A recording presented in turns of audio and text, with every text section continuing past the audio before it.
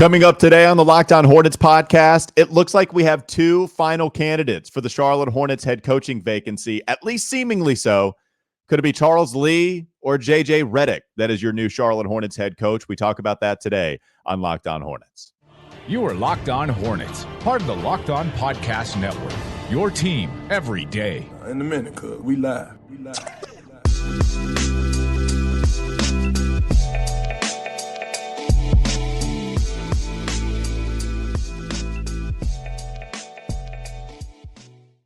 It's Locked On Hornets, part of the Locked On Podcast Network. It's your team every day. Thanks for making us your first listen. We're free and available, as always, anywhere you get your podcast.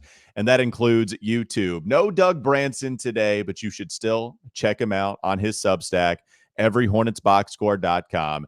There you can also find his subtext information. And I'm Walker Mail. Listen to me on the radio, sports radio, 92.7 WFNZ, every weekday from 12 to 3 p.m. Again, that's 92.7 FM. So I don't know about you guys. Maybe I'm reading into this wrong, but it does feel like we have two final candidates to land the head coaching job here in Charlotte. It's been an extensive list, a long list of assistant coaches that they've interviewed, but the two final candidates seem to be Charles Lee, the assistant coach with the Boston Celtics, and JJ Redick, longtime NBA vet. If you're a Carolina fan, longtime hated Duke player who also has a podcast called Old Man in the Three. And then he got another podcast, Mind the Game, his co-host on that podcast, LeBron James. He also was on the ESPN NBA broadcast alongside Doris Burke. He's doing a lot. JJ's doing a lot, but he wants to get into coaching. And we've seen this already. He interviewed with the Toronto Raptors for their head coaching vacancy. But here he is once more interviewing with another NBA team as broken by Shams Charania of Stadium, Athletic, and Run It Back, all that stuff. And I'll just play you the soundbite about JJ Redick being a serious candidate here in Charlotte, according to Shams. JJ Redick has interviewed for the Charlotte Hornets head coaching job, I'm told. He could have another interview soon as well. He's a serious candidate, as well as Charles Lee, the Celtics assistant coach. They've interviewed a bunch of assistants. They've had a deep coaching search already. A bunch of assistants around the league. Lindsey Harding as well, one of them, the G League head coach of the Stockton Kings. But JJ Redick has a strong desire potentially to move into coaching. He's been public about that. Privately, I'm hearing that as well. And this could be, if it's not Charlotte, this could be more, more interviews for JJ Redick in his future in this potential cycle. But for now, we'll see where he progresses in Charlotte. It's going to happen at some point. And the Hornets really might do this thing. I will channel my inner Doug Branson. It looks like Gabe Plotkin and Rick Schnall might zig while everybody else is zagging, even though it's not so much an out of the box hire if other teams are looking into hiring JJ Redick too. But he wants to do this thing. If we view JJ Redick, we've already talked about the notion that he's being interviewed. We can talk about the pros and the cons, right? So the pros, I think this is a pro. Maybe you disagree. I think a pro is that we can gather a lot of information on him and his basketball thoughts and philosophies because he's been talking about it for so long. This Old Man in the Three pod has been running for a while now. At first, it was a part of the Ringer. Then it became its own thing. He's had a ton of guests on for quite some time. I think he's a very good interviewer, and I think he has a very good relationship with all of these players, plus lots of different demographics, right? LeBron James, going all the way down to your Tyrese Halliburtons, your younger point guards, Darius Garland. Trey Murphy is a young player I know that he had as a guest within the last couple of years. He relates to the players, and they seem to respond to him. At least they do on the podcast. Who knows how well that actually translates once he's a coach to the NBA, but it's a nice starting point. You certainly don't want to see terrible interviews that he conducts with some of these guests if he's going to be the head coach of your favorite NBA team. He's been around coaching his entire life, so I think there's something to be said for that. I don't view it as much as skipping the line. Maybe he is skipping the line in the sense of not having put in time as an assistant coach, but it's not like he hadn't put in time as a basketball savant. He was in the league forever, like 16 years. He played with a bunch of different teams. He played for a bunch of well-respected coaches. Stan Van Gundy, very respected. Steve Clifford has that connection. Played alongside Doc Rivers. I don't know how respected he is. I know there are some people that are making a bunch of jokes about Doc Rivers, but he's been with a lot of different coaches and learned a lot about the game. And I would like to pick his brain. Some people have equated this to Steve Nash, and the Steve Nash thing. I know Kevin Durant wanted him as the head coach alongside Kyrie Irving. We know Steve Nash and Kyrie Irving have a close relationship. And so once Brooklyn decided that they were going to team up with KD and Kyrie, they get to call the shots. It's why they signed DeAndre Jordan, because they wanted DeAndre. It wasn't a smart decision, but they were going to give KD and Kyrie everything they wanted. And that's what happened with Steve Nash. And so maybe there's a legitimate gripe here. Hey, let's get somebody that's been an assistant coach before, because it's only logical that the next step for that guy is to become the head coach. But we're also in this weird space now where TV and media has served as a bridge for people to land jobs. We've seen that more in the NFL, where guys are getting interviews, but we've seen it here a little bit in the NBA, and we're seeing it with Steve Kerr. That's the classic example. We saw it with Mark Jackson. We've seen players get a head coaching job before. Derek Fisher comes to mind, and a lot of times it doesn't work out. We also didn't really know about Derek Fisher because he didn't have a podcast that became so wildly popular. And not only because not only is it popular, but it's informative. And I think that's the reason as to why this makes more sense than maybe other player podcasts that don't seem to be as informative, right? Maybe that's the case. And I don't know of the other player podcasters that have wanted to get in coaching and have been networking to get into coaching. And so that's something JJ seemingly wants to do. He's been watching the entire NBA for a long time because he has to cover every single team. And he can describe the game in a way that makes sense to us. The question is, how much does that translate to the players? If he breaks it down in a way that we can understand as novices or consumers, casual fans to diehard fans, and we all respect it, everybody loves Mind the Game, they're really going into detail. Can he do that with players? I hope that that's a good foundation. So those are some things to think about with JJ. And the other is, does he want to be here in Charlotte? That's a big question. Does he just want to get into coaching and this is a stepping stone to whatever? I mean, an NBA coaching job, you never want it to be a stepping stone, but the idea is that maybe you just get in the door and then you become a head coach of one of the bigger markets. Maybe that's how he views Charlotte. But I think there's some reason to believe that he likes the opportunity with the Hornets. I know in his rookie year, in LaMelo's rookie year, JJ Redick said LaMelo was one of his favorite players to watch in the entire NBA, partly because of his high-risk, high-reward type of play. That's why we all fell in love with him, because he was doing things that nobody else could do as this magician. JJ at least felt about him that way his rookie year. Maybe he feels the same way in his fourth season. He just hasn't played enough games. And we also know that JJ loves himself some Brandon Miller. He told you as much on his podcast featuring Tim Legler a couple of months ago when Brandon had the viral clip of him calling out some of his teammates for not getting back on defense in transition. Here's that soundbite from JJ. Is super impressive. Here's the most important thing to me with Brandon Miller, and this is why I brought up the chase down block. There was a viral thing the other day where he scores a layup. The other team takes the ball out. They go down. They score a layup. He's the first guy back. He started at the baseline. He's screaming at his teammates, get the back, get the back. I talked to some people in the Hornets organization. It's like, I can see this guy. I can see what I see on the court. What's this guy like? Here's some words thrown around. Smart, great IQ, competitor, coachable, great teammate, detail-oriented as a rookie. Come on, man. Buy this guy's stock.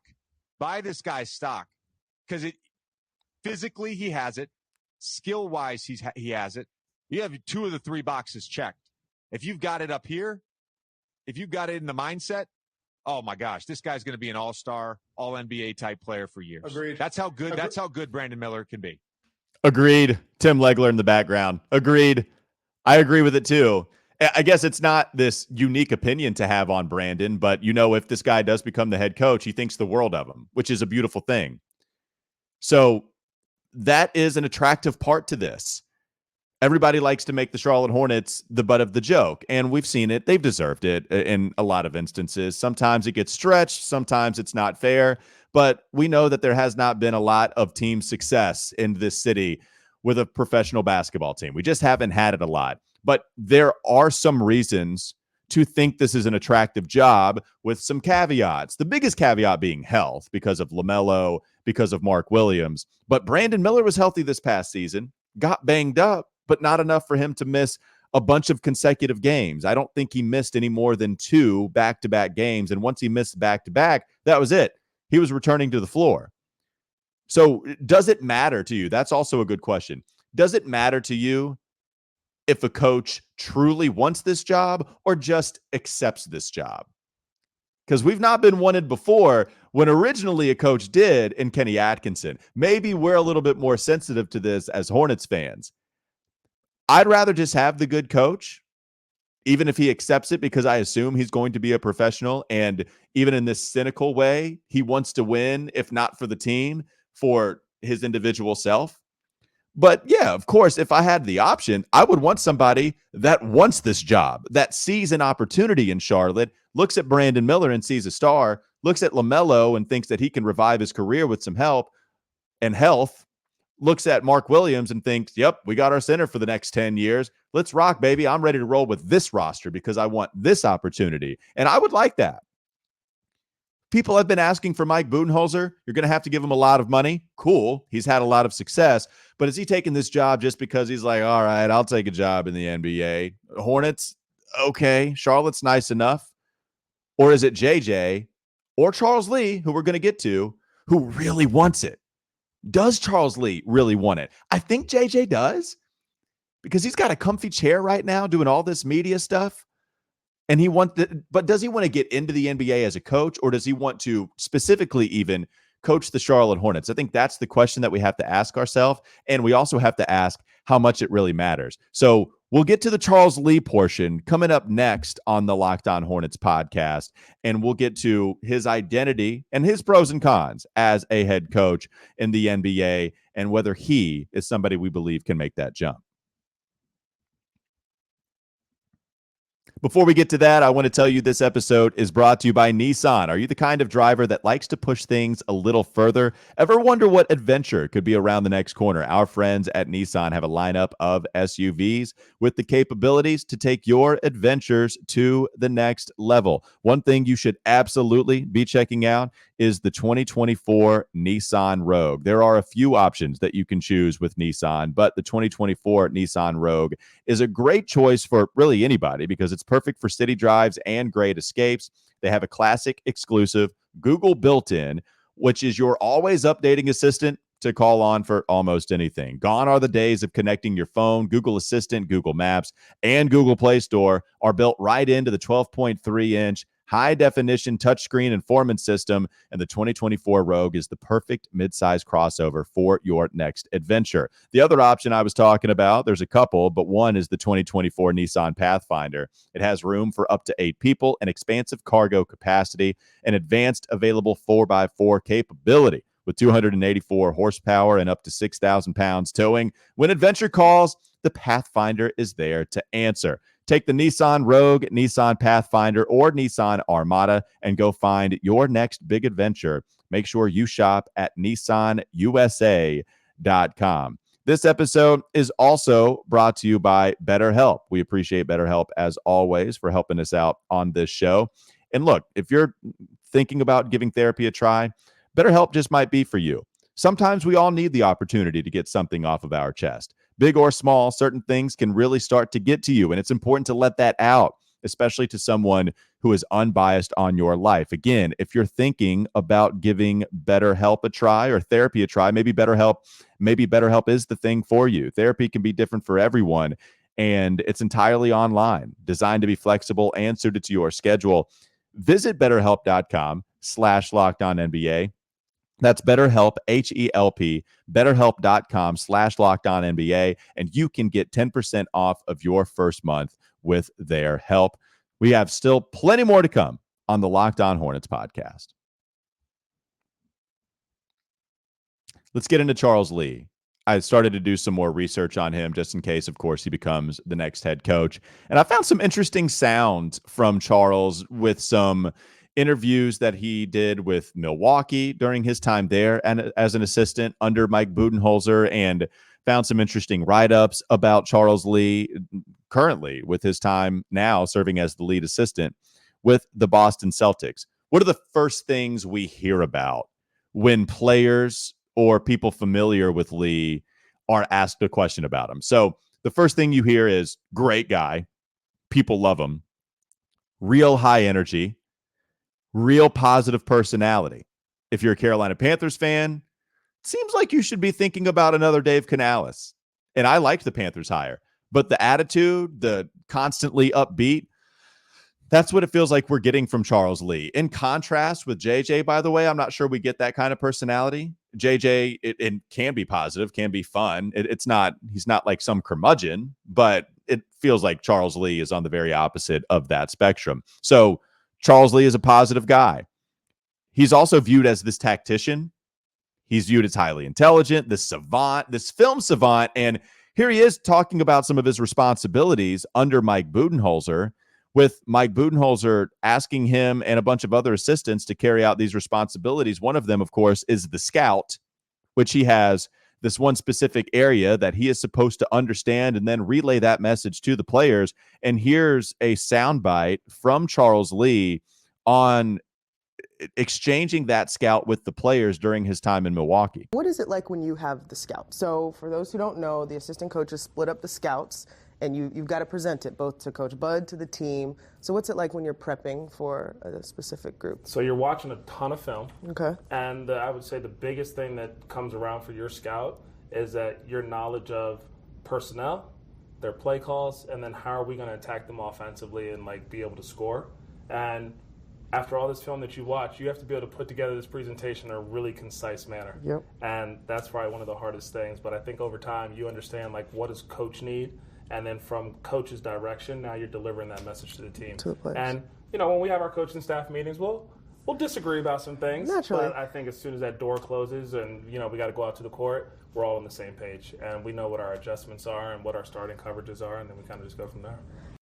That was a part of Buck's All Access when he was an assistant there with Mike Budenholzer. They did a great job, by the way. If you want to go check that out on YouTube, it's like over a year old, obviously, but I think we found some good stuff as to who Charles Lee is as a person, because there's just not as much information about him or other assistants, and we don't have as much access as we do with the JJ Redick. So this stuff is important. Yeah, I think you start to see some of the responsibilities for him. The messaging, the getting the point across, the understanding the game plan, and then relaying that to the players. This goes back to my first segment question. We know JJ does a good job of breaking it down for us to understand, but now you're dealing with different level experts. And so this is where the messaging comes in. Can JJ do that with players as a coach, or is this just somebody that's really good at doing this for his listeners? I think you would be able to translate that, but it's not a foregone conclusion. And this is where the inexperience comes into play. So maybe that is something that you might have a problem with if JJ Redick would be that next head coach. The other thing is, okay, so if we look at Charles Lee and his identity, he's credited a lot with player development, and the way that Budenholzer broke his staff down in Milwaukee is, I think he gave his assistants certain players to work with. And so with Charles Lee, his players that he worked with were Grayson Allen, Chris Middleton, and Marjon Beauchamp. Real young player. I have some of his sound on what he worked with in those times. I found it to be interesting, and maybe we can apply that to some players here in Charlotte. Here's his answer on what he specifically was working with when it came to Grayson Allen. So like with Grayson, we've talked about expanding his game. I thought last year in the playoffs, having Chris hurt, he had to play a little bit more pick and roll. We put him in some more DHO actions. And so this summer, the focus was, let's hunt more threes. How do we get our body ready, our early shot prep together? And then also, how are we making pick and roll reads, DHO reads, and just feeling more comfortable versus different coverages? We've seen that a lot, which I think is pretty cool. Oh, man. Yeah. I agree with you. And so, it's really cool to see him now start to come into his own and have more force when he's driving the ball, and his paint finishing percentage go up and stuff. Yeah. So.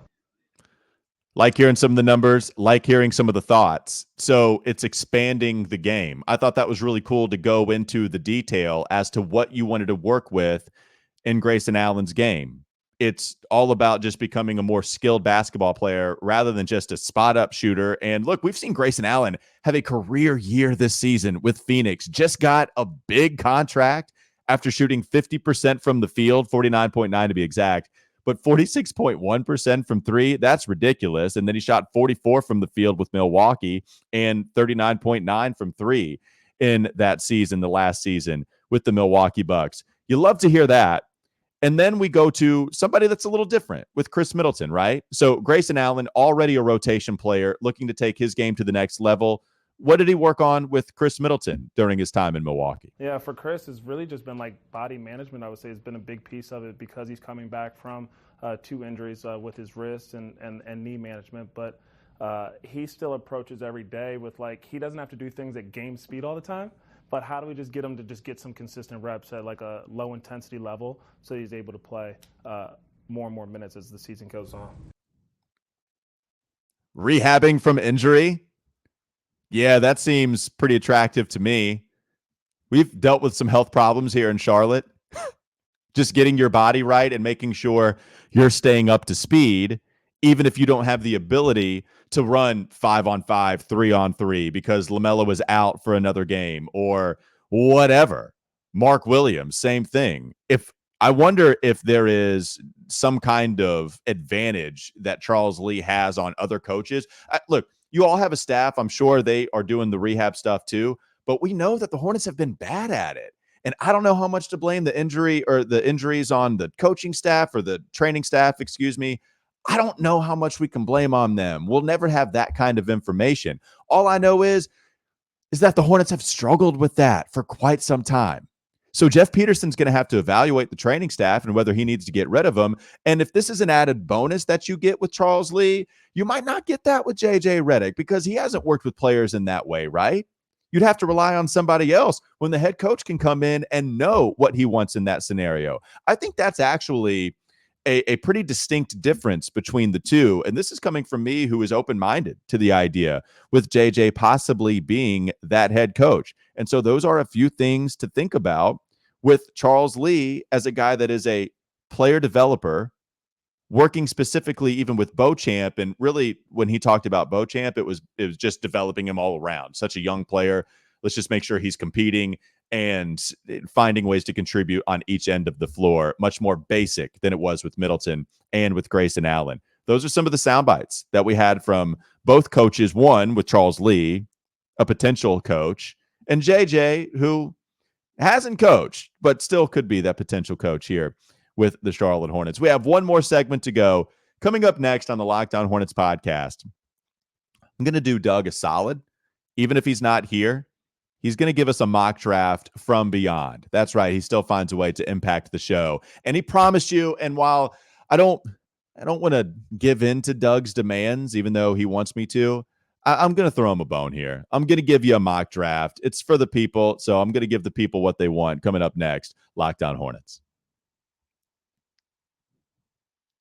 Before we get to that mock draft, I did want to tell the people also that this episode is brought to you by LinkedIn. We always appreciate LinkedIn, of course, for their support. And when you're hiring for your small business, you want to find quality professionals that are right for the role. That's why you have to check out LinkedIn Jobs. LinkedIn Jobs has the tools to help find the right professionals for your team faster and for free. LinkedIn isn't just a job board. LinkedIn helps you hire professionals you can't find anywhere else, even those who aren't actively searching for a new job but might be open to the perfect role. In a given month, over 70% of LinkedIn users don't visit other leading job sites. So if you're looking on LinkedIn, you're looking in the wrong. If you're not looking, LinkedIn, don't listen to that last part. Listen to this part. So if you're not looking on LinkedIn, you're looking in the wrong place. On LinkedIn, 86% of small businesses get a qualified candidate within 24 hours. Hire professionals like a professional on LinkedIn. Post your job for free at linkedin.com/LockedOnNBA. That's linkedin.com/LockedOnNBA to post your job for free. Terms and conditions apply.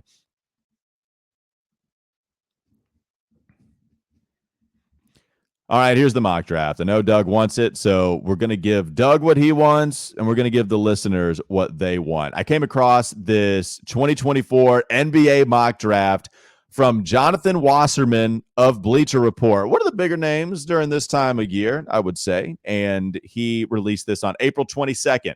So the first few picks, he has Alex Sarr going number 1. He has Rob Dillingham going number 2, which is interesting to me. He was a former Hornet mock draft pick. We'll probably run through all these guys. But no, it's not Stephon Castle this time at number 4 going to the Hornets. It's Reed Sheppard, again, who is staying in the draft despite John Calipari going to Arkansas. Reed Sheppard not ending his Kentucky career on a good note with a bad performance in the NCAA tournament. But here's what Wasserman writes when mocking Reed Sheppard, the freshman shooting guard out of Kentucky, to the Hornets. There's still plenty of debate over Reed Sheppard's ceiling, but there are buyers in his elite shooting, passing, defensive instincts, and potential to show more off of the dribble. And there are skeptics who question his size and his creation and his defensive projection. But Wasserman likes his defensive instincts, and his shooting is elite. He shot over 50% from 3. It's an absolutely bananas number. Rob Dillingham shot 46 and did not shoot the best from 3 on his own team. And this is on pretty good volume as well. So if you look at his size, he's 6'3", 187 pounds. And at least at the surface, I don't mind this pick with Reed Sheppard. The difference, I guess, between Sheppard and Dillingham, one, the shooting is outrageous with Sheppard, but it's minimum, man. Dillingham has some really impressive stuff. I've actually warmed up to Dillingham as I've started to look into his numbers a little bit more. If you look at what he did at Kentucky, he shot 44% from 3, not 46. So 44 on 4.5 attempts per game. Plus, he showed the ability to drill jumpers off the dribble, according to Wasserman, 39%. Off the dribble, which is really good, and catch and shoot, he shot almost 48. So I'm actually coming around on the offensive end for Dillingham. He's just so slight, man, and we got some small dudes already. Like Brandon Miller, very skinny. LaMelo, very skinny. We'd be adding to that with Rob Dillingham.